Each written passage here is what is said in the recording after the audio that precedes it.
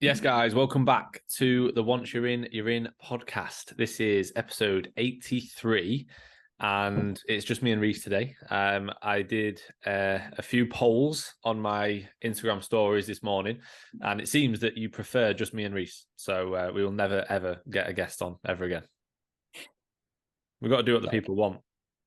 Yeah, we gotta listen to what was it? Was it 48% people that wanted it? Literally just gone off it. I don't know what it is. So it was for me and you, 48%, 37% one guest. So they do quite like one guest. Multiple guests, no chance. 16%. We've only ever had more because it was Danny. That's the Yeah. reason why. The reason why the multiple guests was because Danny was the multiple guest. Jack was actually part of it. Danny was the plus one, and people were like, oh, "Fuck this, Danny." Yeah, they hate multiple guests. Although we got loads of positives from that episode. So yeah. So let's quickly run through. I think the setup of how we have it currently is pretty good. Like we do most just me and you, and then every couple of weeks we'll get somebody on who we think, okay, we actually we'll get something out from. Like we'll get a different area of either expertise or a different sort of voice. Should we mention? So the answers to the polls were Monday, but then I did have a couple of messages saying that they want another day as well. So people want us to upload 2 a week. So if we were to do that, what do you reckon? Monday, Friday? Yeah, I reckon Monday, Friday. Start the week strong with Once You're In and end the week strong. Monday and Sunday have got the most votes. I mean, Monday is way ahead, 78%. Sunday's got 10%. Friday's got 8%. But I'm not doing Sunday on Monday. No chance. That's silly. Friday, Monday. That's overkill. Yeah. Friday, Monday. The time, so mate, midnight only got 5%. No one wants it at midnight. I didn't think midnight. I think I thought the reason that I say midnight is that for people who work stupid shifts and get up at 3 a.m, if it's Monday for them, obviously it is Monday, 3 a.m is Monday. Shout out to those early grinders. It's leg press. 6 a.m. So people want 6 a.m. So we'll keep it at 6 a.m. then. We'll change it because we currently have it at 8. Spotify won. Nobody specified other. So some people listen on Apple Podcasts. 8%, 55% on Spotify, 36% on YouTube. And then the final one was the length. How much length do you want? They said 90 minutes. Yeah. 90 minutes, 47%, 1 hour, 33%. No one wants a 30-minute. I don't think you're fit enough for a 90-minute. I don't think you're fit enough for 90. I can't have a full 90. I need to come off at about 75. Yeah, 75 mins, quick sub, get Jack in. More weeks. I reckon a couple more weeks I'll have a full 90. I just need to get my fitness up. Do you reckon? I reckon we could have Jack and Josh in the waiting rooms. Jack for me, Josh every single week. Imagine get him on every week and maybe bring him in. Someone comes in, blows a whistle, brings up a board, and I'm like, right, cool, that's me done. See you later. And then we get swapped out. That'd be funny. So yeah, we're talking a lot, mate. Why are we mentioning these potential changes? Because the podcast is #leveling up. Leveling up. This is I got actually asked this morning. I got asked this morning. If not a fake ask, with the fake questions we come up with. Honestly, I actually got asked. I'm stunned. No, I get asked so many questions. Yeah, if this is the last one we're doing on this, I think we said, didn't we? We've got maybe one more. Yeah, I think we'll do one more just so that we've got a bit of a backlog, so we're not rushing to get it out. So yeah, exciting times. What drink you got, mate? Of course, to have to drink at the same time. I've got rapid recovery shake from my morning check-ins. I've got to rapidly recover from my check-ins in the morning. Yeah. Okay. Mentally recover. No, it's because with my meal timings, it works out nicely for me to have a meal now, and we don't have enough time for me to eat and then come on the podcast. So, rapid recovery shake it is. It's CMP recover. I've got 100 grams of carbs in here, 50 protein, 5 fat, chocolate flavor. It's really nice. 100 grams of carbs in one meal on a rest day. Mate, my carbs, 500 and something carbs on a rest day. I tell you, my food is in a great spot pre-prep. Yeah, that's impressive, man. 500 carbs. I'm impressive. How do you have that split up? Come on, go into it. Go into your nutritional setup. I'll tell you what, mate. Let me just get it right up for you, and I'll tell you. Okay, fucking tell me. Oh, mate. Well, apparently, I've seen you're not supposed to be swearing anymore on YouTube for the algorithm, so we need to stop swearing. Did you just swear? Yeah, I swore. So beep. Oh, we've this episode is not going to get any views then. We fucked it. That's it. I swore again. Oh no. So on a rest day, I have 55 carbs in meal 1, which is just through some fruit and 1 English muffin. I have 65 carbs in meal 3. Well, so yeah, I have this split up differently. Meal 2 is 100 carbs, which is that. Meal 3, 65 carbs, which is just through potato. Meal 4, 90 carbs through potato with a banana. And then meal 5 is a whopping 200 carbs through rice. And I also have some dates in that meal. Yeah. Oh, I have red pepper in that meal. Salmon, red pepper, rice. It's a big meal, that last one. Mate, you have more carbs on a rest day by like 200 than I have on a training day. Oh, God, is that not too low? I think your food I don't know. I don't know. Yeah, I'm not sure. I'm struggling. Did you know, mate? Actually, though, I was on 25 carbs for about 2 months. Yeah, but you also were like 80 pounds, like obese. But I'm making up for it now. You see, so my rest day food was so low. I'm just trying to eat so much now.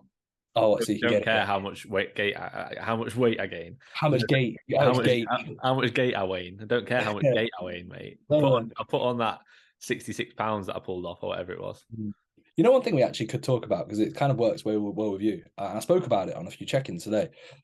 Pre-prep phase, like I feel like something. We said we'd do a video on this, but more so like the impressions of it. Like I had Josh Jenkins check in today, and he was like, right, so I've got obviously not a limited amount of time. I'm really hungry. Can we push food up? I'm feeling really recovered in the gym. And I said to him, like, this kind of phase, mate, isn't your standard full-blown off season. This isn't your standard, like, let's just eat everything in sight and let's say, be absolutely buried. Like, you have to manage it well nowadays. I think it's something that's probably came about a lot more in the last, year or two, that setting up a pre-prep phase is important, where before it was like you go from full-blown off season into a prep. You can do that. Yeah. No, you still can. I'm not saying you can't, but I more mean like with how you have things set up currently, like you're in a lean spot. I went into a prep 6 kilos down for my all-time heaviest. Do you know? Yeah, I think like you could easily still go it like, even like, mate, I was fat, but like I could have started a prep at that point. Mate, genuinely, you were. Like, I was really fat. But I'd have just needed more time, and ultimately that means with having to pull off more in one stint, your food's going to have to get lower, your cardio is going to have to get higher, your steps are going to have to get higher. Like you're going to have to start earlier, which if you've got loads to pull off, like obviously you'd need to start early, but then it means like you might be dieting for like 50 weeks. Like, I'll use an example, Archie. I don't know if you know him, Archie Wilson. Archie. That's my clan. What's his surname? Archie, you need to pull Archie off Wilson needs to diet. Archie, I don't know. I can't remember his surname. I don't know if he does listen to the podcast, but he's a good lad. He was coached by him, Gym with him. You would know who I mean. Basically, he dieted for like a year. His prep was like a year. I don't know like exactly how it was with like pre-preps or with like diet breaks or anything like that. I'm sure there were some along the way. But he was basically dieting for a year because he was fat. Like he was really fat, like kind of similar peak off season to me. So it's like I would have probably needed, if you think in 12 weeks, I pulled off a lot of weight. But if I'd have had to then still pull off from where I finished that pre-prep diet, I'd have had to pull off probably another 30 pounds after I'd pulled off 40 something. So it's like 70 odd pounds in one go. Is that really going to be productive? Like, no, like even if you do it in a year, still, it's not going to be productive. Like, so I'd much rather do a pretty aggressive stint at the start, in which case, like towards the end of the pre-prep diet, my training wasn't the best, but it wasn't bad. Like, I bet you didn't notice any drop off from my training at all, really, apart from I just died out on a couple of sets where you probably would expect that I wouldn't die out just based on being flatter. So that was literally that. Like, otherwise, performance was sound the whole way through. In which case, it's like, well, then why wouldn't you do it? You know what I mean? If you can get away with that, and then now my performance is like, best ever, all-time strength, even though I'm 30, like just under 30 pounds down from my heaviest. So it's like 40 pounds down. Yeah. So it's like, it just makes sense, puts you in a much better spot. Obviously I've had a fair few clients do the exact same thing, like Niall, Alex, Millie, Josh Campbell. We didn't go through one because he's very lean anyway and he can't stomach any food, bless him. He just shits himself all the time. So yeah, like I've done it with most people who need it. Josh didn't need it because he wasn't heavy enough. But like pretty much every other client and pretty much every individual, especially naturals, will perform at their highest at a slightly higher body fat percentage than you'd probably want to start a prep at. So the pre-prep diet makes sense. Yeah, to kind of spend time in a more leveraged position to kind of maximize what you can. Just good practice as well. Like for yeah, example, with like Millie, I'd done a priming phase at the start, but we never had a proper diet. With Alex, I'd never had a proper diet with him because I'd not coached him for that long. So it's like, you know, you don't want to be going into a prep with somebody that you've never really practiced a diet with. It can work, it can be fine, but it's definitely more beneficial to assess how somebody manages it, and even just sort of psychologically. That's the main thing. How can someone psychologically manage a diet? Because if they're really struggling in a pre-prep diet, I'd almost say to them, look, we probably shouldn't prep. And actually that happened with one of my clients. Yeah. No, I think we said like, right, let's leave it. And it was like, yeah, cool. Like, let's leave it. We're not ready yet.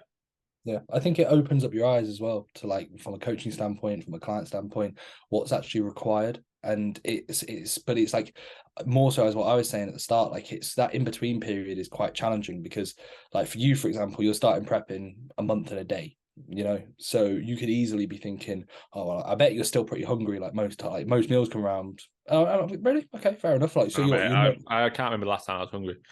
No, I don't say hungry. I more mean the want to eat. You're not at the point where you're like, oh god. Oh no, I don't hate food. No, I'm nowhere near where I was then. I mean, I'm not saying like you're sat there thinking, oh, I'm so hungry. It's more so like the want to eat. A meal comes around and you're like, sound cool.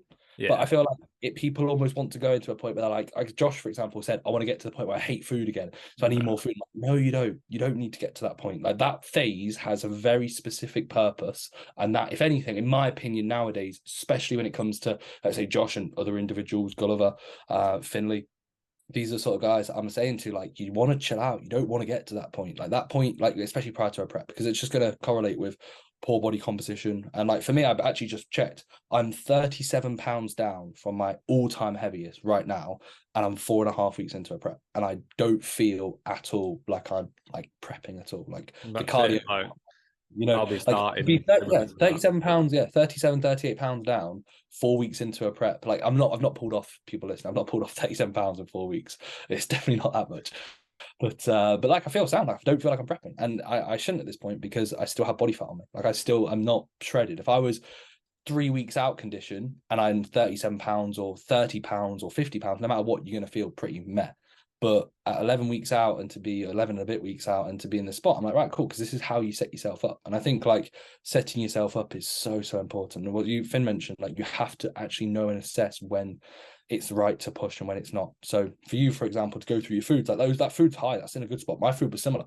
I'd had my food higher prior to this prep beforehand, but it wouldn't have been productive to get back to that spot. So it was almost like an in-between. Yeah, my food was a bit higher than this, but not a lot higher than this, to be fair. No. But it was just the time. Like, I probably didn't really make a food adjustment for months. Is this what the gaining phase prior? Yeah, when you were at the end of my gaining phase, I didn't make a food adjustment for months, just based on the fact that I was gaining so slowly. I was gaining like maybe maximum of half a pound a week, a couple of pounds a month. Like, I didn't need to increase food. And by that point, you know, obviously you're not as sensitive to food. You may be having an off-plan meal a week, where like my off-plan meal then was like, right, how can I get as many calories in as possible? Whereas now, when me and Shannon go out for a meal, it's like, oh, I don't want to force feed myself because I don't feel good for it. I want to like just enjoy a meal for the social aspect. Whereas before, it was like, just fucking get the calories in. So it's like I am still in a good spot with like enjoying food. But yeah, like I didn't make a food change for probably I can't even remember, but it'll have been months at the end of that gaining phase that I didn't directly increase food because I didn't need to. I think the highest I got to was like 900 carbs on training days, which is only like 50 grams more than I have now. My fats were higher, definitely. My fats are pretty low still at the minute, but my fats were higher mainly based on the fact that it was like I didn't really want to increase carbs. It got to a point where it was like I'm going to struggle to add more carbs. So it's just adding like have a Domino's every day. Yeah, it was. No, I just literally like add 5 ml of olive oil to meals that it's like you don't even notice it, little things like that. So it was easy. But yeah, like my food is rest days, I think, is probably the same. I can't remember exactly, but yeah, like my food is very, very close to like peak this off season. Not the most I've ever had, but not that far off. Yeah. No, and I think I said setting yourself up well. So 4 weeks and a day for Finn and 4 weeks and 4 days in for me, 5 days in for me. So yeah. Why am I leaner than you? I don't know, mate. Your back is, but your front isn't. My front's pretty fucking lean for this point. Yeah. I was actually, like, I'm weirdly like, and to be fair, I will actually say my back is a lot leaner this time relative to my front. No, mate, it definitely is. Your eyes are funny there. That'd be funny. No, It definitely. I don't think it is. I'll be honest with you. I think the discrepancy is the same. Do you reckon? I think you've just got a bigger back. What? So yeah, I probably do agree. Where last time my back was a lot flatter, it was a lot smaller. So it looks like you can almost see the body fat. It's like, oh, you don't have as much muscle. Yeah. But even when you were shredded, because you had no back, you were fat. yeah, no back. Yeah, like skinny fat. From the front, you were great. From the back, you were just skinny fat. Skinny fat, fantastic. So yeah, but to be fair, I think the increased muscle does help, and I think that's sort of like the illusion. I was saying this to Comran. Comran was saying like, "Oh, so how much weight do you reckon you've got to pull off?" And I said, "Oh well, Dan the Gas Jones said, I'm ready. I'm ready." So yeah, about maybe a kilo or so max. Bit of water manipulation, I'll be ready. And I was like, I said about 9 kilos, 10 kilos, and he was like, what? 10 kilos from now. Yeah, 10, yeah. And he was like, what? He was like, I'd say only 5 or 6. I'm like, mate, muscle mass. You're not shredded. Like, it's like when people say, for example, like massive 300-pound bodybuilders, they look pretty lean year round, but that's just because they have so much muscle. Like, they're not in stage condition year round. They just have a hell of a lot of muscle. So even when they're carrying a good amount of fat, they look pretty lean. Yeah, 100%. So like I said to Conrad, I was like, the rate of loss of how things are, like everything's good. I'm pulling off like a good it's been about 2 kilos every week now for the last like 3 weeks, which is sound. So like if it's, let's say, 10 kilos, and then that'll be my absolute all-time lowest, and then filling up, I reckon the next like 3-4 weeks, I've got a deload in like 2.5-3 weeks. So ideally, if I can get like another 4 or 5 kilos off in that time as a minimum, that'd be good. And then that puts me at a push of like probably 2 to 3 weeks from being ready, which would put me about 2 to 3 weeks out from being 100%, which is the plan. What's your food and cardio and everything at the minute? Food, to be fair, I actually, I know it, so I don't really need to get it up. Train days, 400 carb, 40 fat, and then 275 protein. So it totals out like 3,100 calories, and then non-training days at 2,500 calories. So it's 200 carb, 60 fat, and then 278 protein, 279 protein. So yeah, that's for intake. And then, which is actually quite funny, I'm doing more and eating less than I was at like 8 weeks out last time, which is quite funny because like it goes to show, like, you'd argue, oh well, you've got more muscle, you're training harder, like, but at the same time, like, not every prep's going to be similar. Yeah, but you also know that you can push harder at this point. Last time, like, you weren't as aggressive as you could have been at earlier stages. No, it was aggressive from like 8 weeks to 2 weeks. It was like, that was a really, really aggressive period, where this is more so being aggressive now. So the work is almost done a little bit earlier. And then cardio, half hour a day, 30 minutes fasted. That's pretty much that. And I'm potentially going to push it up on non-training days to like 40-45 minutes within the next week or two if I need to. But the rate of loss the last like week or two has been sound. So it's been fine. And then steps, I have 10K steps as an average, but my weekly average is like 12K, like consistently. So it's like, I haven't said to myself to do 12K. I end up just doing 12K, and it's like, right, well, 12K is my weekly average. So it's like some days will be 12,500, some days 11,800. My weekly average is like 12K, bang on. So it's like, I haven't really played around with steps, but they've legitimately been that high. Like my yearly average step count is like 13,500 because of the period that I was in Canada. So yeah, so steps are like just around that. If I can keep steps roughly the same, like, I don't think, like, I'm not going to be, last time I leveraged steps a lot higher, and I think there's going to be some merit towards maybe on rest days because they're not going to be too invasive to push them up if needed. But like, I utilize them more so for output last time. This time I just want to keep it more so as like a minimum. I don't want to obviously go below, so to monitor output, and then if they're needed to be pushed up, then that's fine. But like I was saying to you, when it comes to like, especially in an enhanced standpoint, like I've not even utilized thyroid hormones or anything like that. Cleanse up like 1 tab a day, and you're buying like 10 milligrams, so that can be worked up. Could be worked up. Like when you've got plenty of avenues to work up, like for example, last prep I got up to like 120 micrograms of clam, which isn't like anything excessive, but if I'm currently having 40 and I've got, let's say, potential 80 to play with, I had, let's say, T3 in last time and thyroid hormones in earlier than this point. So I was like, I used too many tools and I wasn't aggressive enough out the get-go. So it resulted in, when I had to push, it was like, right, well, I've got to fucking drop my food. I've got to push my cardio, and training performance suffered. So this time it's more of a sense of being a bit more aggressive while I've got body fat, get a bit ahead, utilize the tools that are needed when they're going to be appropriate, and then be in a position where ideally I can start to kind of, let's say, not like fill up and pull off, but I can just go in and drop off a bit of fatigue, have a day or two's worth of slightly higher food, then back to digging, and it's more of a kind of a reset, dig, and then sort of reset approach. So yeah, I think, you know, the whole like don't use all your tools too early. I think it's almost not bullshit. I just don't think I think it's poor advice. I think use the tools that are needed, like to make as much. So does that mean I can throw Tren in all my diet? Yeah. Wait, you said I could? To be fair, from an enhanced standpoint, I would say that. But from a natural standpoint, like if you're trying to pull off 100 carbs to start your prep, like you're taking the piss. Like it's not going to happen. Like I was literally I had Douglas's check-in today, and I said to him, I was like, mate, I couldn't care less if I even put you on 0 carbs pretty soon. I was like, because we'll end up reversing out from that. Like he's got a good amount of body fat. Like, you know, you can pull off when you've got a lot of body fat to pull off. Like you can pull off 2% of your body weight every week, like easily. Like, so let's say you're a 200-pound individual. That's like 4 pounds a week. And some people go, what? That's loads. That's what, like 2 kilos or just under 2 kilos. It's not that much when you've got fat.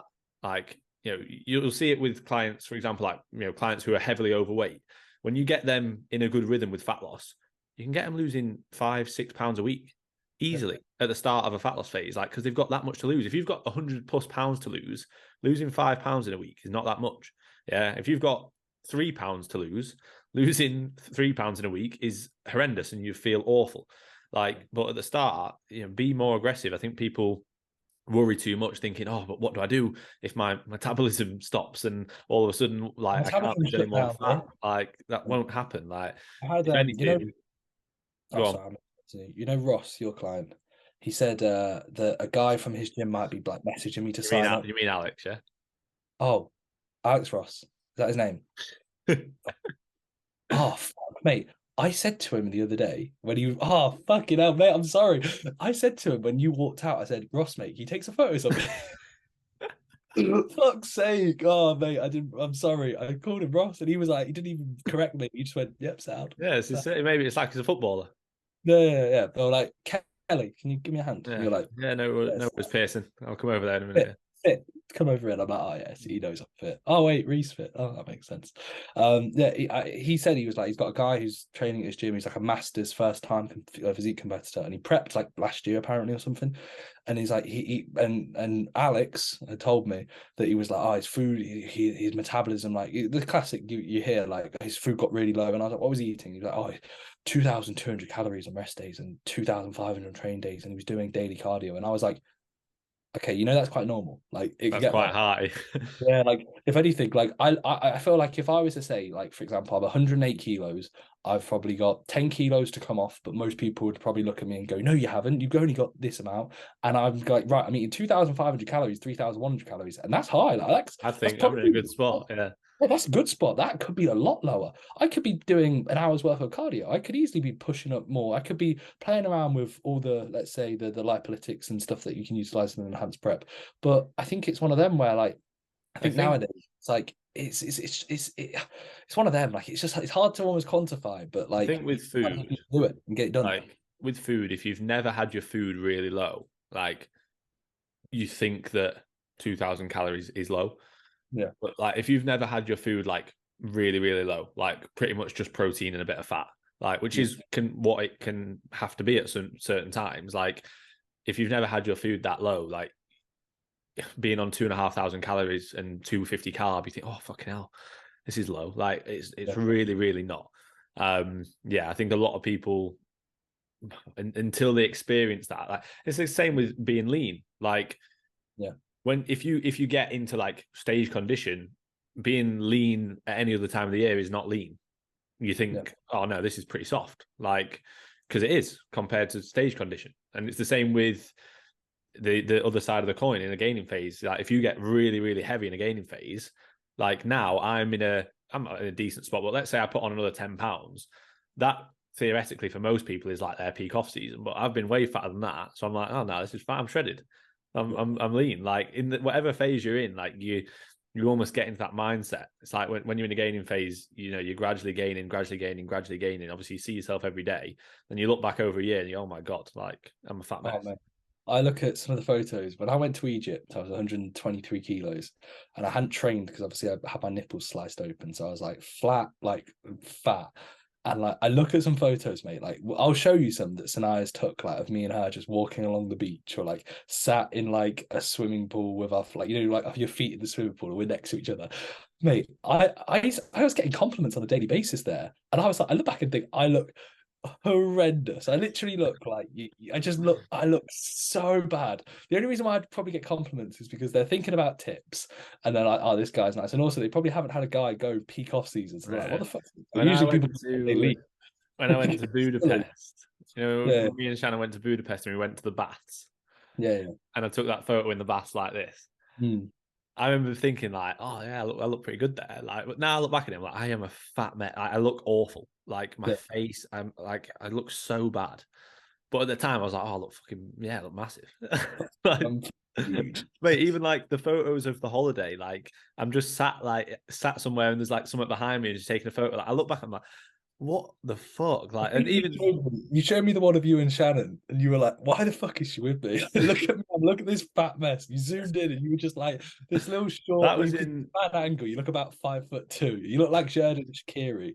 That was in Bournemouth. Like, that was when we went to see Miles. We went to see Miles, and Shannon looked really nice. We were like going to the beach. Shannon looked really nice, and I just looked awful. I was like, surely she must have thought like. You know the wedding the wedding that you went to? Finn, we were going through some photos the other day, and Finn was like, oh, I don't look that fat here. Scrolls right. He's like, okay. The wedding ones, there's one where I actually look all right. And then there's others where I look like I've got a photo with me and then the other two best men and the groom. And I'm literally like the width of the two next to me. It's like, it's bad. Like, I look big, but like, I'm just fat. I didn't have any muscle at the time. No muscle, just body zero muscle. Yeah, I put on loads of muscle since then. Yeah, you'd hope so, mate. You'd hope so. I mean, unfortunately, not a lot to your lower body or whatever. It's just that's got a bit worse. Yeah, you've got as we said about Danny, you've got big Ramy nerve damage without the big Ramy. That's what you've. That's what you can blame. So you got nerve damage. That's the excuse that's in my lower body. Yeah, you got nerve damage. You can't connect with your lower body at all. No, I can't. Your leg extension's failure. I can't feel it. No. Can't feel it in my quads. Where am I supposed to be feeling this?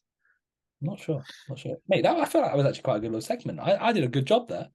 It's almost like I've carried the podcast based on the fact that we've had no questions this week. Have we got any questions? I've got a few. Have you got many? I think I've got a fair few, to be fair, man. Yeah, because I forgot about the podcast until someone mentioned it, and I was like, oh, I haven't put up a question box.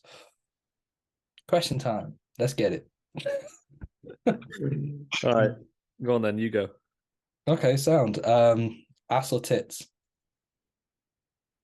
Neither. I like cock. Fucking hell. I was actually quite mad. For some reason, I didn't expect that. I actually expected a serious answer. I was like, I already know, but I was expecting something. And I was like, how do you know? How do you already know? How do you, what about? I knew you love cock. Oh, yeah. Yeah, of course. That's what I mean, mate. And you're like, yeah, okay, makes sense. Ass or tits, mate. I feel like, have we said this before? If you're older than like 10 years old and you choose tits, like what? I don't get that. There was some post that I saw, maybe the Lad Bible or something like that, and it was like Hooters are thinking about changing their model, like how they work, because apparently millennials don't like tits that much. So like Hooters obviously has been popular back in the day when tits were really appreciated, whereas nowadays tits aren't appreciated as much. Yeah, I just feel like you could show me like the best pair of tits ever, and I'd just be like, yeah. Like I just wouldn't care. Like I just would not get. I'd just be like, I think, to be honest though, it's not. It's the whole package, isn't it? Somebody could have amazing tits, but if they've got nothing else, doesn't matter, and vice versa. No, I feel like if you were to have like a 10 out of 10 ass, and then everything else is like a 0 out of 10, I'd at least be like, okay, fair enough. I can appreciate the ass. If you were to have 10 out of 10, I'd be like, you were 0 no matter what. Like I couldn't care. Like it literally does not budge it doesn't move the like, the needle forward. Yeah, I know what you mean. Yeah. So I don't even know what you'd class as 10 out of 10 tits, to be honest. I wouldn't know. I'd be like, sound like part of it. Right? It is what it is. I feel like we've said tits too many times. We said we weren't going to swear on this. Yeah, I know. But no, Breasts. it's only in the first like 10 or 20 minutes, I think, that I've Breasts. heard. We should say breasts. Breasts, yeah. And to be fair, mate, should we even be able to be discussing this? I mean, females listen to the podcast. Females' bodies aren't given to them for our pleasure. Yeah. It's for us to even, are we being misogynistic? Sorry to any females who feel objectified within this chat. Yeah, exactly. Me and Finn, we're true lovers of penis. We're massive feminists. Yeah, we're massive. All for females, aren't we? We're all for penis advocations of we like everything. We like peanuts. Like tits, we like everything, don't we? Yeah. There's no preferences. No, everything for everyone. That's what we're for. We'll rate everything. DMs are open. Yeah. Right. Speaking of, we might as well answer this one, seeing as we're kind of on the same thing. I told you what a booby is. Do you remember? No, I don't remember off the top of my head. I told you the other day at the physio. I said, "Do you know what a booby is?" A baby? No, it's a penis. Okay. Yeah, so booby, Boaby, booby, in Scottish is penis. I didn't know this, but the lads Noah and Josh told me about it. So he's asked me. I'll ask again because he asked last week and we didn't get around to it. What's the biggest booby you've ever seen that isn't a big group of trees? So the reason he said that isn't a big group of trees is that there's a massive booby or trees shaped like a booby on the way to Scotland or just in Scotland. And if you type in Bobby on the M6 or something like that, just put in like big trees that look like a penis. Put that in on Google. Don't blame me for what comes up. But there's like a massive cock and ball shaped trees. You can't even imagine it because when they were telling me, I was like, oh yeah, I can imagine it, but you can't. It's huge. It's like imagine a helicopter view. It's like a massive cock and balls. So basically, that's what they're on about. So what's the biggest penis I've seen in person? What's the biggest booby you've ever seen that isn't a big group of trees? I'm trying to think of this. Like, is this a serious question? You go, mate. Oh no, I was saying say mine. That's what I was saying. No. Usually we have the lights off, so I don't usually see it. I feel it in a lot of places, but I usually see it. So yeah, probably feel it. To be fair, and honestly, I have as well. Right, more effective to train to complete. Mate, we've got to answer who's got the biggest penis we've ever seen. Come on. Oh, mate, I don't think I've ever seen another guy's cock really. Like, honestly, back in football days, the boys who had massive cocks would be like really confident and swinging it around. Yeah, there was a lad that I knew that I went to college with called Pele, and I hope Pele's good. He was a nice guy. I got on with Pele, and unfortunately not Pele. Yes. He's still alive, not the dead Pele. Alive Pele. He used to in any party or anything always get his cock out, like apparently. And I remember there was one time I was driving out of like where we parked my car, and he went in the middle of the road, so he blocked us and just got his cock out, and he was like wagging it around, and I was like, fair enough, like. Fair enough, Pele. Yeah, fair enough, Pele. Yeah, you're good at many things. You're blessed in many ways. Football is not just one of them. Yeah. All right, come on, next one. Right, more effective to train to complete failure or reps and reserve. Bailey Doggett. We did say actually last week. Aisha asked. We said we were going to make it a topic for the podcast. She asked, "Is it necessary to train to failure every set?"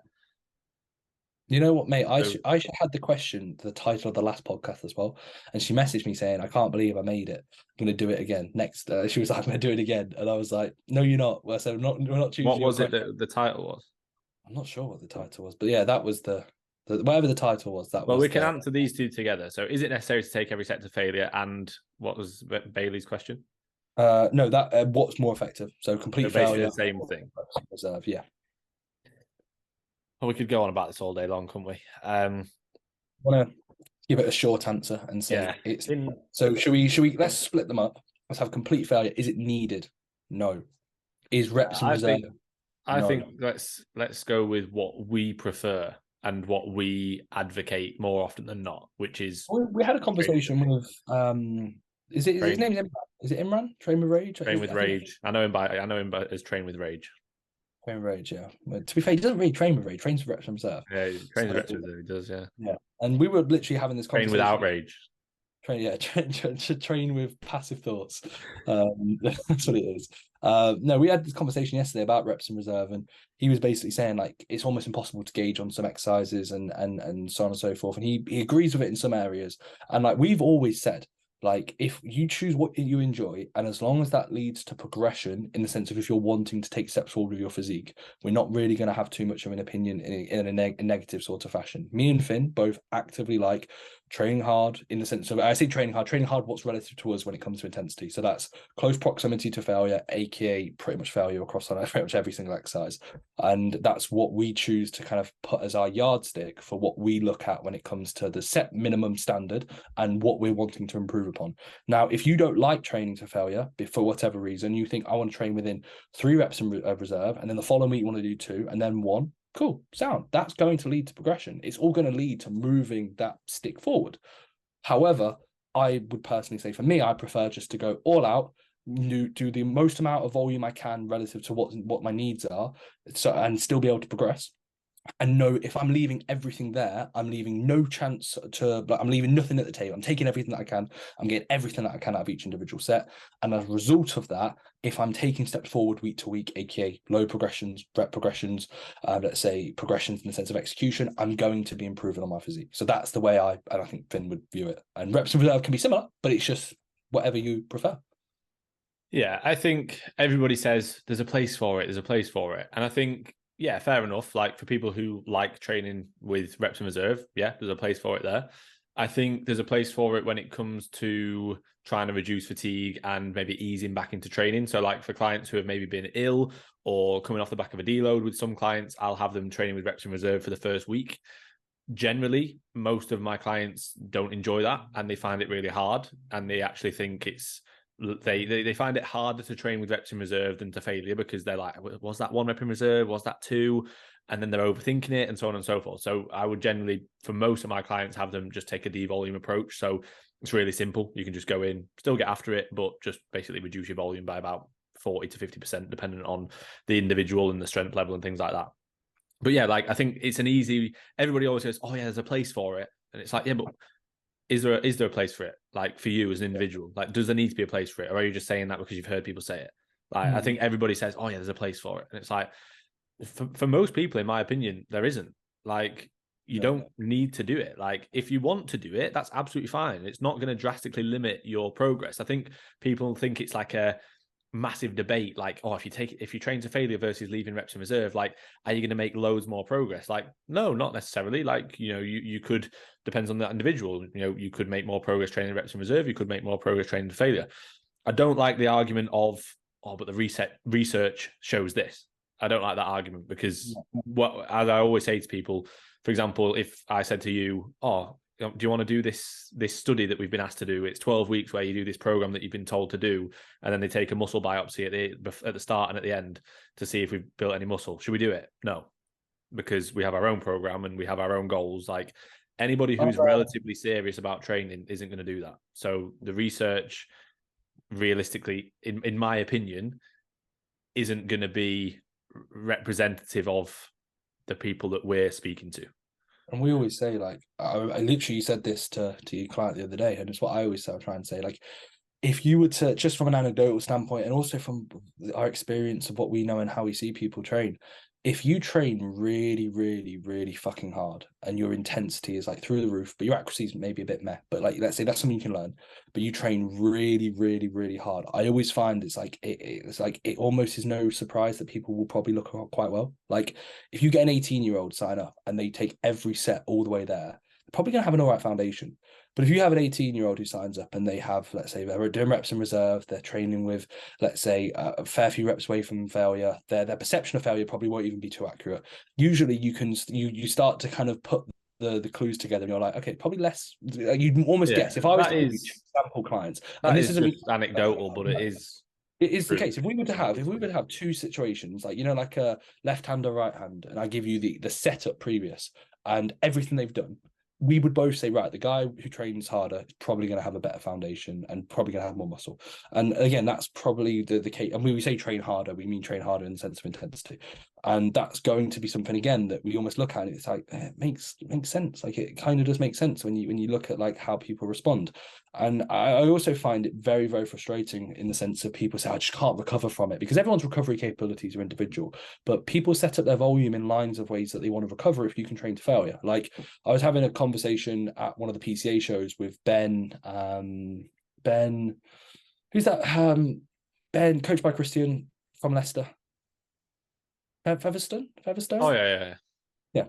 And he was like, so you take every set to failure? And I was like, yes. I was like, I can recover from it because I don't have my volume set up stupidly high across the board. I only have it set up high in the areas that need it. And he was almost like stunned. And I was like, well, I'm stronger than you. I'm not saying that obviously my recovery is going to be individual, but I was like, I've never thought to myself, I can't recover from this. I can't recover from that. And if I do, for example, recently I've hip hinged every other week because my loading was getting too great and I wasn't recovering in time. And I think, again, like, I'm not going to say, could I have maybe transitioned to reps in reserve in that sort of approach? Yes. But I also think as well, like, there's a lot of people who are very, very, very, very, very strong, way stronger than me, who probably have never even heard of reps in reserve. And then you get some people who just, they read up a few studies, they say, oh, well, if I'm going to get a similar amount of stimulus, maybe a little bit less, but I'm going to get so much less fatigue by training with 4 reps in reserve, I'm going to do that. And it's like, yeah, it's very hard. I think the whole I can't recover from it is, I'm not going to say a cop out, but I think it's I personally think it is close to a cop out. Like, I think it's an easy reason for not training to failure, which is fine. Like, but if I was going to adapt a reps in reserve approach, my reasoning wouldn't be I just can't recover from training to failure.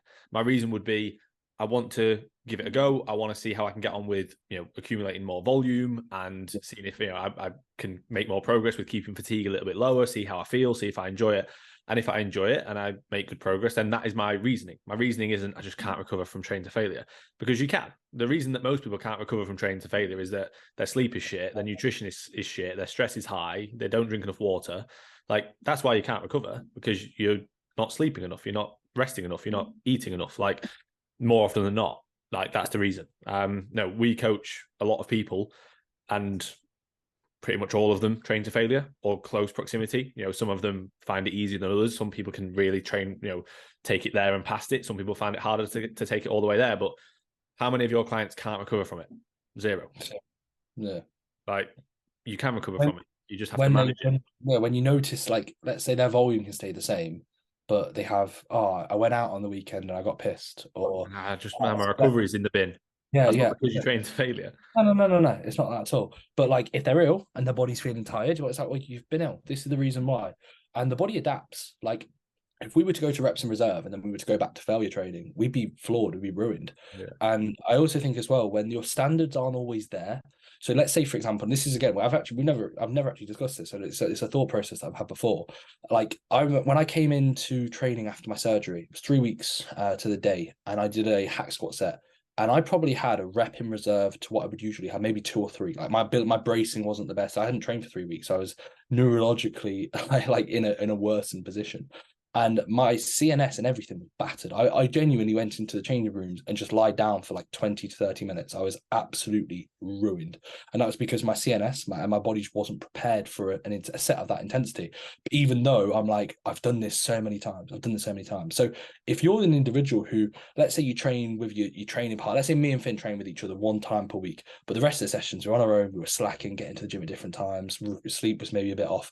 Because our intensity and our output probably isn't consistently high, our bodies won't adapt to actually fucking get taken all the way there. So when you do, you're like, wow, this is so bad. The session was awful. It was too fatiguing, No, and that genuinely does happen. Like, I bet there's people who, they turn up for one exercise and they think, I just can't recover. It's too demanding. And it's like, and I think a well-structured program should be a case where every session you should be feeling pretty fried, but you shouldn't be absolutely written off. And if you are, you're probably doing too much. And if you're not feeling fried at all, you probably need to assess what you're actually doing in the session. And are you being accurate? So it's one of them. But like, again, I think it's like there's many sides to it, and it's hard to kind of just quantify it. I think we've given quite a good answer there. Yeah, I think just before we move on, the argument that a lot of people have is that if you train with reps in reserve, then you're almost guaranteed to progress in the following week.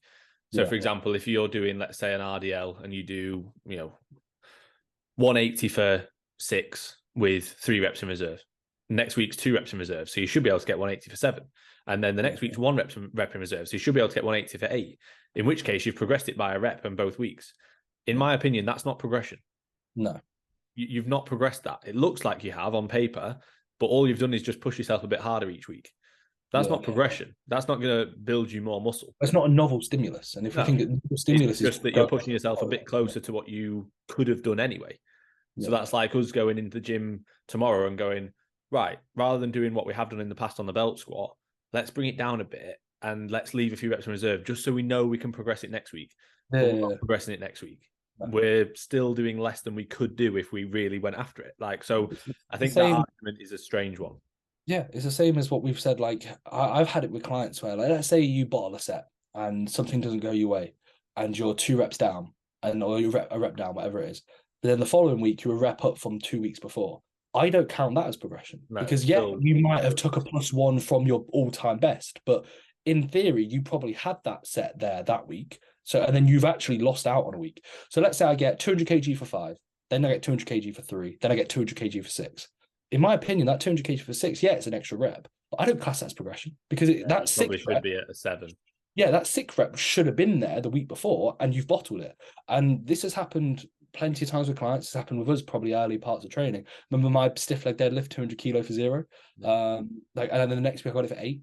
So it's like it's part of it. And like if you go in and you're like, oh yeah, well I progressed from 2 weeks ago. It's like, did you really? Because you've lost out on a week. Like the week before was shit. Yeah, so that's something as well. Like I'll always explain that with clients is that like they'll have like a few weeks where they've not really been on it with their food. Maybe they've been out a few times, and then they sort of a month later they're back to doing what they were doing a month ago, and they're like, oh, it's not been too detrimental. I'm doing what I was previously. That's pretty good. No, it's not. You're a month behind. Like I'll say, like, yeah, sound like it's good that you're not going backwards, of course, but you're actually a month behind now. And a lot of people don't realize that. A lot of people think this is a positive because I've had these few weeks where I could have been managing things better. I haven't managed it that well, but at least I'm not in a worse position. And you can say, yeah, cool, that is better than being in a worse position, but also make sure you learn from it because you're a month behind where you could be. Yeah, that's a big difference. If you do that 2 or 3 times a year, that's 2 or 3 months of progress that you're missing out on. Like you do that over 5 years, that's over a year that you've kind of wasted. Yeah. Like that's massive. Like especially if you're someone who's got big goals in the sport, like that's huge. So yeah, I think we've covered a lot there. That's quite good. Mate, we're going to struggle. It's either going to be, what's the title? Pre-prep phase and reps of reserve. The title is Finn admits he loves cock. Fair enough, mate. You said it yourself. Sex sells, mate. Sex sells. Yeah. Can only perform 3 exercises for the rest of your life. What you running? What you running? Test, tread, and mass, bro. That's what I'm running. That's quite a good question. Yeah. 3 exercises, right? So we need to cover everything. I would do some form. I would probably do a stiff leg deadlift from the floor. Yeah. I would probably do some form of either a leg press or something that doesn't really load the back very well, like very heavily as a squat. It's like a pendulum or even like a belt squat. I'd say a leg press, a good leg press, the side bent squat press. Yeah. And then I would do. Like you're 2 for 2 right now. Like mid to high incline Smith. Yeah. But then I'd at home. I don't tell anyone. I'd do some lateral raises at home. Would you? Yeah. Okay. So some like in between sets we just lateral raise and you'd be like, yo, hold me down, bro. Yeah. It's not an exercise if it's resisted by like cans of beans in a bag. Yeah, exactly. That's not an exercise. So yeah, to be fair, mate, you similar to me. It would have been stiff leg deadlift, probably the squat press or like a leg press, whatever leg press I'm getting on with at the time. And then like a medium to high-ish. Yeah, medium high incline Smith. Not a high, but not a medium. Medium high. Yeah. Medium high. That's what this is a good one for you, mate. Can you get pissed during a deload week? Yeah, sure. Do it all the time. Finn did it last time and he recovered so well. To be fair, I'm not like in all seriousness, my last deload, like would you say we got pissed? I wouldn't say we got pissed. For us, we got pissed. Oh yeah, for us, that's the most drunk I've been in a long time. Yeah, we were ruined for what we're like.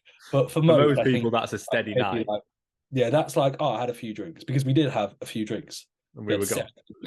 We had 17 fucking gins and alcohol. Gins and alcohol? Gins and lemonade. Shows how much we know. Oh, yeah. I had imagine, go to the bar. Can I have a gin and alcohol, please? Sorry. Yes, gin and alcohol. Yeah, that'll do. Yeah, no. You can, you definitely can. You definitely can. You can get pissed whenever. You get pissed pre-workout if you want. Like, do it. Yeah, you can do, mate. You can do anything. You can do anything you want in life. Is it going to be ideal? Probably not. I'd probably argue not even the alcohol alone. Like you could say alcohol with the, let's say, MPS blunting, and just like the water fluctuations not going to be ideal, but more so the sleep. Like if you're getting 3 hours, 2 hours worth of sleep, if you're drinking or not, you're probably going to feel pretty fucking horrible the following day or for a few days. But at the same time, like I'd prefer somebody to drink in a deload week. Yeah, I was just about to say. And like do it the day before, like, hey, bro, this tomorrow I'm gonna go out tonight. Is that all right? If you're gonna do it at any point, align it with a deload. That is probably your best bet. Yeah.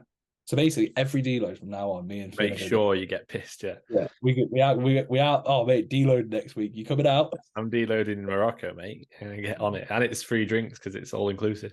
Jeez, I feel sorry, man. You're gonna have a good time. Favorite workout splits: pull, push, rest, low, rest. Best split. AJ Morris classic. AJ Morris programs it for most of his clients, so therefore it must be the best. Yeah, what's your favorite workout split, bro? What's your favorite? I quite like how I have mine set up at the minute. So push, legs, back, rest, and then it's basically like a quad day and then a leg pull day. I think that's quite complicated though. I wouldn't really have that for many people at all. Like most clients have on an upper lower split or a legs push pull upper lower split. And then generally it depends on the individual, depends on the class that they're in. Say it again because you got the horrendously. Legs push pull rest upper lower rest. So you have legs back to back with one red day in between. You know what I mean? Or I have it as pull push legs. People will hear that and go, that's a bit weird. And everyone's going to implement that now, yeah? Yeah, exactly. So hey, bro, I've been legs every other day. If somebody has weaker legs, I'd have them on like a legs push pull rest lower upper rest. If somebody has a weaker posterior chain, I'd have them on pull push legs rest upper lower rest. I wouldn't really ever have pull next to legs unless that pull session doesn't have a hip hinge like we do. For example, we have legs and then back, which works out fine recovery wise. Unless you train to failure, you can't recover from that. But yeah, there's no best split. It depends on the person, depends on the goals they have, depends on the class. I just wouldn't overcomplicate it. I know my split sounds relatively complicated, but it's not. Like I could easily call mine, realistically, it is a push, legs, pull, rest, lower, upper, rest, kind of. You know what I mean? Like it's just a variation of it. Yeah. Again, I think it's one of them. Like push, pull, lower, rest, upper, lower, sound, upper, lower, like with rest days in between, sound. Like just do the basics, stick to what you can keep consistent week to week. If you can only train some weeks, like say 4 times and some weeks 5 times, you could run, like say just do an upper lower and just train 4 times. Like try to do something that's realistic towards what you actually need and what you can do and then what you also enjoy. So Alex Harrow has asked, any concerns taking sleep aid sups with struggling to sleep as well if you stop taking them? So any concerns if basically you're struggling with or without them? Okay, so you buy loads of sleep sups and then it makes you worse because when you can't take them, you're like, oh, I can't sleep. To be fair, I'd say the supplementation, like if you're sleeping poorly and you're supplementing with sleep, so like sleep slups, I would, if anything, be like, what are you doing? Like you'd want to actually address why you're sleeping poorly.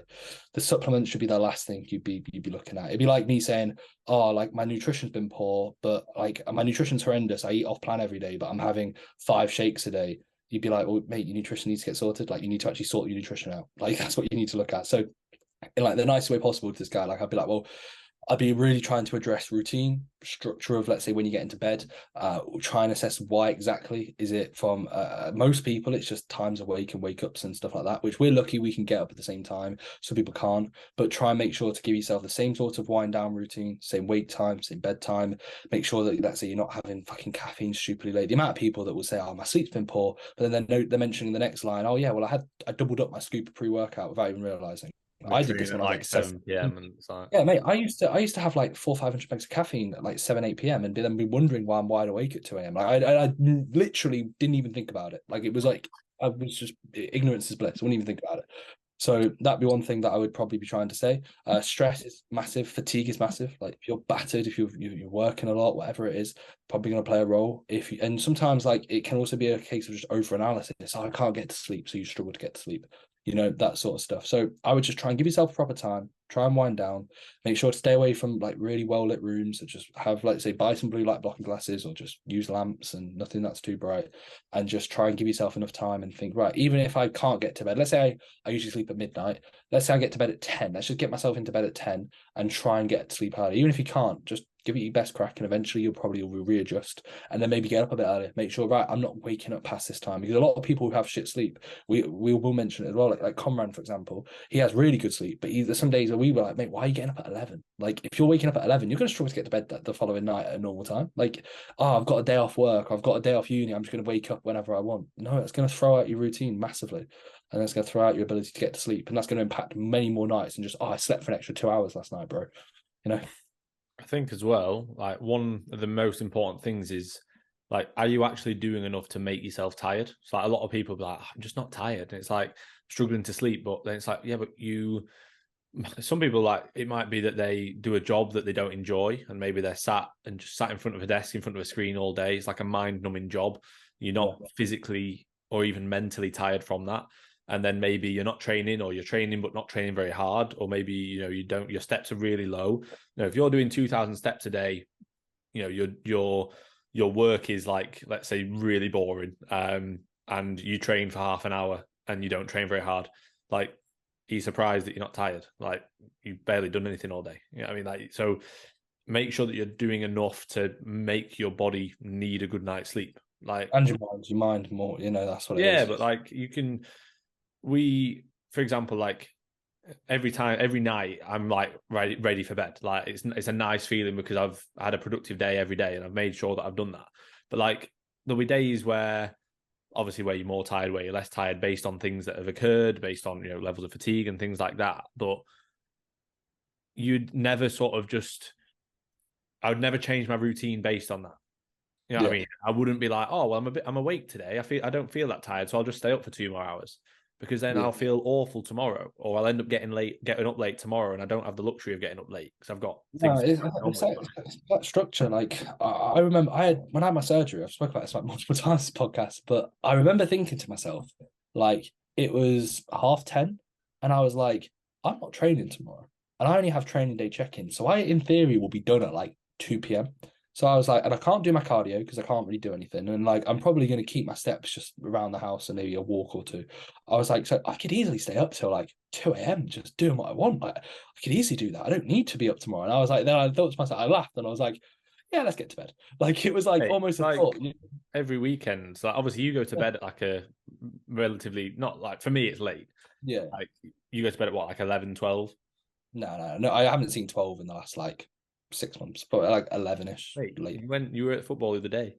Yeah, true. Other than that, you get home until 2 a.m. No, that was that. Yeah, but that was, and like we saw like 3 a.m. in Liverpool. It was later than that. It was like 4 a.m, bro. It wasn't. No, I haven't on my own. No, we were 3:30 when we left. Was it? Yeah. Anyway, 11 o'clock every weekend. So every Friday, Saturday, Sunday, like, I could go to bed later. Of course, I could. Like, me and Shannon could do things. Hey, you're going to bed later tonight because you're watching Barcelona, Man United. Yeah, but it won't be much later because I'm going to be showered at half time. Blue light blockers are on. Straight to sleep. Okay. Straight to sleep. But yeah, like, I mean, you could completely change your routine. Like, because I need to get up at the same time. And the thing is, I don't even need to. No, on a Sunday, for example, I could easily get up at 9 a.m. on a Sunday, but I would hate it. I would feel awful. Like, Shannon said to me the other day, I remember saying to her, I was like, it was Sunday, and I was like, oh, I didn't have a setup. And I was like, oh, I've not got a setup to do tomorrow. And she was like, oh, that'd be nice. Like, you could even get up and get a drink and come back to bed. And I was like, no. I said that to her. I was like, you know that I'd hate to do that. And she was like laughing because she was taking the piss. And she was like, that's so weird that you'd hate that. Like, she was like, oh, you'd hate to spend time with me. Like, obviously she was joking, like, she's like taking the piss, but I just can't, I just can't think of anything worse. Like, which is horrible, because I don't mean that in terms of spending time with Shannon, but once I'm up and I'm about, like, I've got stuff to be doing. And even if I didn't have anything to be doing, I would force myself to have something to do so that I feel like I'm doing something. Well, yeah, 100%. When I went to Jamie's in December, got pissed again. They were You need to stop. no, I drank too much. I drank twice in 2 months, and that's my yearly total. That is a lot. Yeah, but no, when I went to Jamie's, I've told you about this. I don't think I said this on the podcast. Went to bed at like 3 or 4 a.m. Jeez, I'm such a shit coach. What the fuck? I'm saying all these guys, don't listen to me. I'm going to bed way too late. No, went to bed. I was done at like 2. I had about 3 drinks. I think it was 2.5 drinks, maybe 3. And I was like, all right, that's me done. I'm sound. And then I woke up at about 7:30, 7:45. And I'd already, by the time that Jamie had woken up, I'd already gone for a walk, done all my check-ins for that day, and like it was like 11:30, and I was like, right, sound. We're going to go to Meadowhall, go do some shopping. And Jamie was just waking up, and his girlfriend came down and got some leftover pizza, and then went back to bed. And I was like, what? Like I would feel so. And there's nothing against them. They're sound. I love them. Like they're nice people. But for me, I'm like, that's bizarre. So it's just different. I think it's different habits as well, because like let's say 5-6 years ago, I still wouldn't have done that, but I might have been like, oh, I'll just get up later because I've not got as much to do. Like, so it is based on workload and what you have got to do. But like Sunday, like often I'll still have a decent amount of work, but it's like my quietest day. Like I don't have check-ins on a Sunday. I'll have setups most Sundays, and I'll do like Instagram questions and like do some admin and stuff like that. I'll upload the podcast and usually upload to YouTube and stuff. But like that is a day of not a lot of work. But like even then, it's like, well, I want to do something else with my day then. Like even if it's just watching a bit of football or going shopping, like but I don't want to be sat or laying in bed all day on the day that I've actually got a bit of spare time. Yeah, I do. Right, should we smash through? We've got 5 minutes. We haven't got 5 minutes, mate. Yeah, we have. I'll tell you how long we've got because you were 12 minutes late today. We've got 2 minutes. We will go through a few. 12 minutes late. Right, quick fire. Team FK versus RF fight to the death. Pick 5 clients each, and which team wins? Which 5 clients? It's not quick fire. We'll do that next time. We'll do that next time. Remember that because that's a good one. Okay. I got asked cycle update on prep. I pretty much went through everything earlier. Didn't go through my androgens, but test pre-my must. Totaling out at 900 megs total. So no. 9 grams. 9 grams, yeah. 9. Oh fuck! I should be running more. Shit. Not a question. New gym, Muscle Bounds, is opening in March in Bradford. Have you seen it, Finn? No. It's a big lad. He's like 18 or 19, and he's got I've seen him a few times at Ultraflex Leeds. He's got a sick setup, like wicked facility, and like genuinely, he's like got better kit than like most Ultraflexes. It's bizarre. I don't know how he's got the money. Fair play. Like, I'm really impressed. Like really, really cool. I don't know if he's got a co-owner or whatever, but he was like in Ultraflex Leeds when he was like 16, and he was like he trained well. He was a big lad. And like clearly he's just been probably acquiring bits of kit, but he's got like really, really good bits of kit. So yeah, looks good. Cool. Looks good. Alex or Ross, as you call him, why won't you change the yeah buddy to let's get nasty? He wants to call it let's get nasty. Oh, was that him? Yeah, no, it's just not going to catch on, bro. Just give it up. It's like Fetch. It's not going to happen. You know, Mean Girls. I bet you've never watched Mean Girls, have you? Never watched Mean Girls, bro. Because you never had sisters. I had 2 sisters, so I've watched all the girls' films, mate. Explains why you say camp. Yeah, you can't say that. It might offend people that go camping. Oh, I thought you were talking about people that are like a bit, fairy like. Apologies to fairies out there. You can't say that. I'm gonna have to delete that. So bad. Fairy, no, I believe you've said that. I'm gonna delete that. Oh fuck. Well, no. Miles Mason, Premier League top 6 prediction. Good question. City, Arsenal. You got to say who you think. City, Arsenal. Change your mind. Yeah, I've changed it. City, Arsenal. United. This is what I'm going with United. United. If you'd asked me before Tuesday, I'd say Liverpool. I do actually still think Liverpool will get top 4. I have a weird feel. Liverpool, Spurs, Brighton. I don't know. That's what I'm going. I'm going to say City, United, Arsenal, Tottenham. Okay.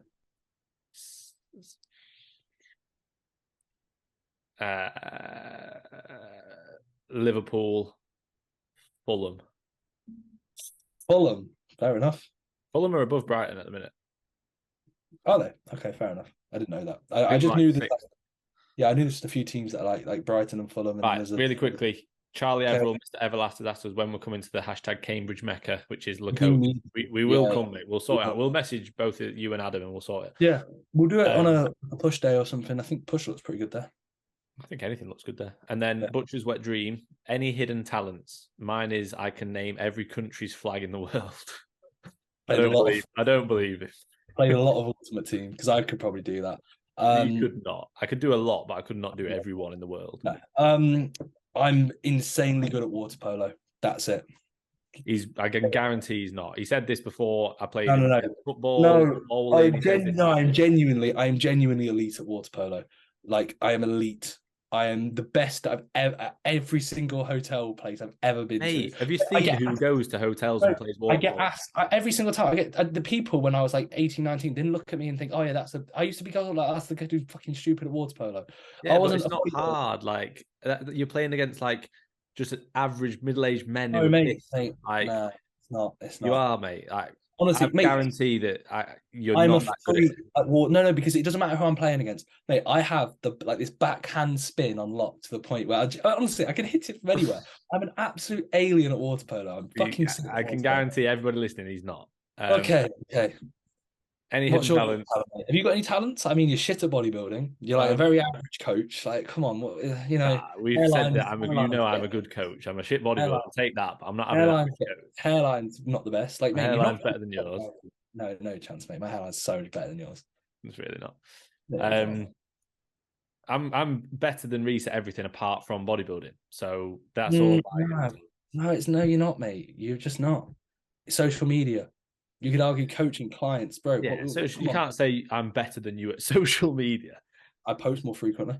I'm better at social media. Yeah, right, we're going to get kicked off. That's the podcast.